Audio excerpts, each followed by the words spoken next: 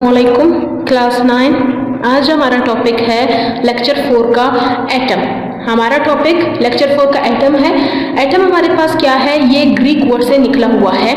Greek word हमारे पास यूनानी ज़बान के अल्फाज को कहते हैं, यूनानी ज़बान बोलने वाले ग्रीक वर्ड्स है। ठीक है, ग्रीक वर्ड कौन सा था आपके पास? ग्रीक वर्ड आपके पास एटमस था। कौन सा वर्ड था? एटमस। इसका ये एटम होता क्या है? बेसिकली ये आपके पास बिल्डिंग ब्लॉक है। ये क्या है आपके पास?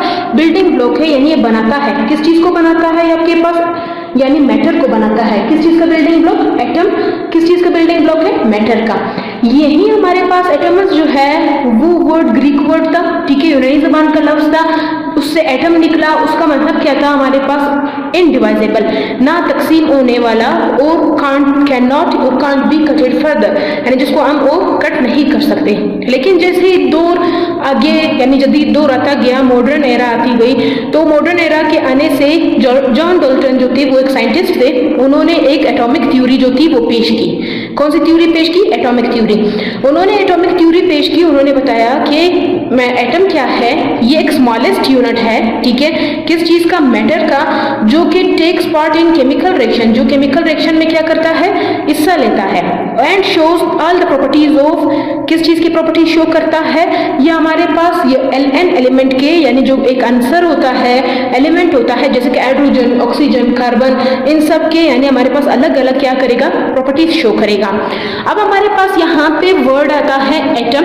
ठीक है, अब हमारे पास हमने देखा कि ये स्मॉलेस्ट पार्टिकल है, तो स्मॉलेस्ट पार्टिकल को हम आम आंख से नहीं देख सकते हैं। क्या हम उसको आम आंख से देख सके? यानी जो आप अभी है, आप अपने इर्द गिर्द चीजों को देखेंगे, एटम से बने हुए होंगे। ठीक है, तो उसमें आप छोटे छोटे ज़रात उसके नहीं देख सकते हैं, यानी ना किसी ट्रेडिशनल माइक्रोस्कोप से और ना ही इसको अपने आंख से आप देख सकते हैं, बल्कि इसके लिए हम क्या करते हैं? STM, स्कैनिंग टनलिंग माइक्रोस्कोपी को यूज करते हैं। ठीक है, ये हमारे पास क्या है?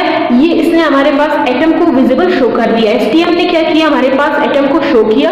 एटम जो है वो फ्रीली एग्जिस्ट नहीं करता, मतलब ये आजाद नहीं होता कि फ्रीली हो, हर जगह फ्रीली मौजूद हो।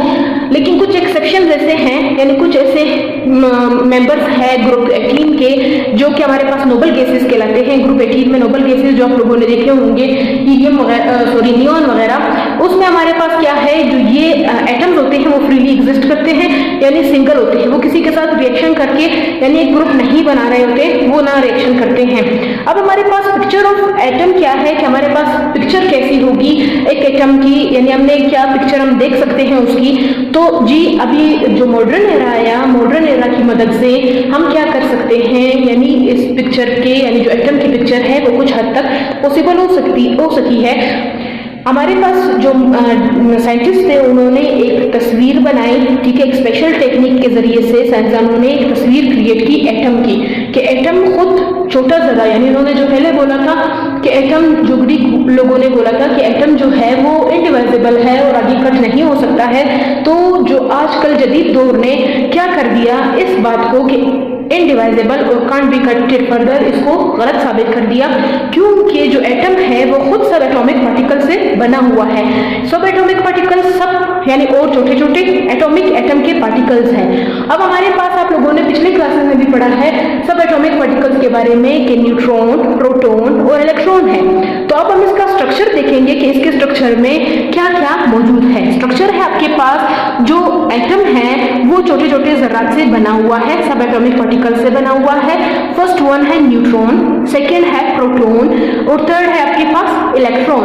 न्यूट्रॉन आपके पास न्यूट्रल जरा होता है, ना पॉजिटिव ना नेगेटिव, यानी नो चार्ज।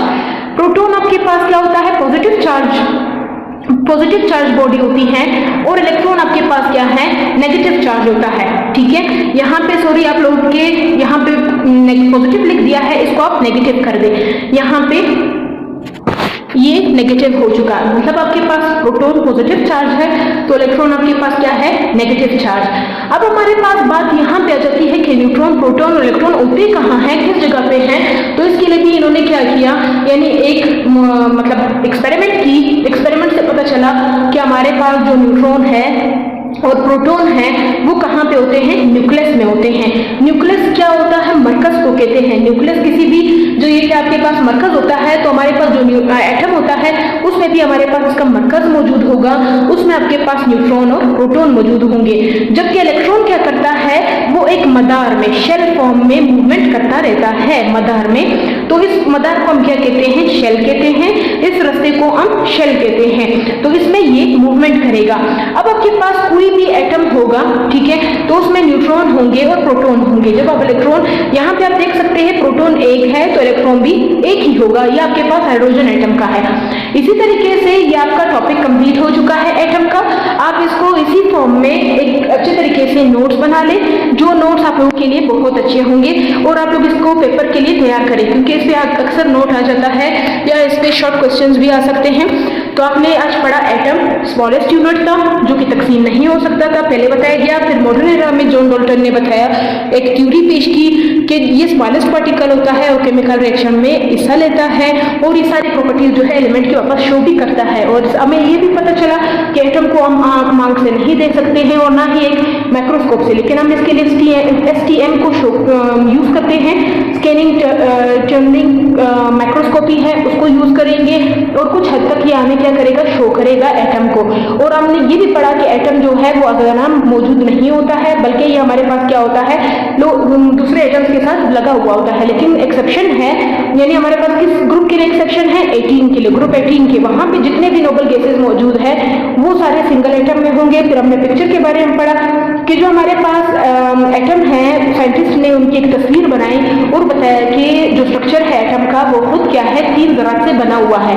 वो ज़रात कौन कौन से थे, न्यूट्रॉन, प्रोटॉन और इलेक्ट्रॉन था आपके पास। न्यूट्रॉन और प्रोटॉन न्यूक्लियस में मौजूद थे, जबकि इलेक्ट्रॉन जो था वो बाहर रिवॉल्व कर रहा था एक मदार में, जिसको हमने शेल का नाम दिया। और फिर हमने ये भी पढ़ा कि हमारे पास न्यूट्रॉन जो होता है न्यूट्रल जरा होता है, ना नेगेटिव है ना पॉजिटिव है, जबकि प्रोटॉन हमारे पास क्या होता है, ये नेगेटिव चार्ज रखता है और ये हमारे पास शेल में होगा। ये आपका आज का टॉपिक था। आप लोग इसको रिवाइज करें, कोई चीज समझ ना आए तो आप कमेंट कर दीजिएगा। Thank you so much.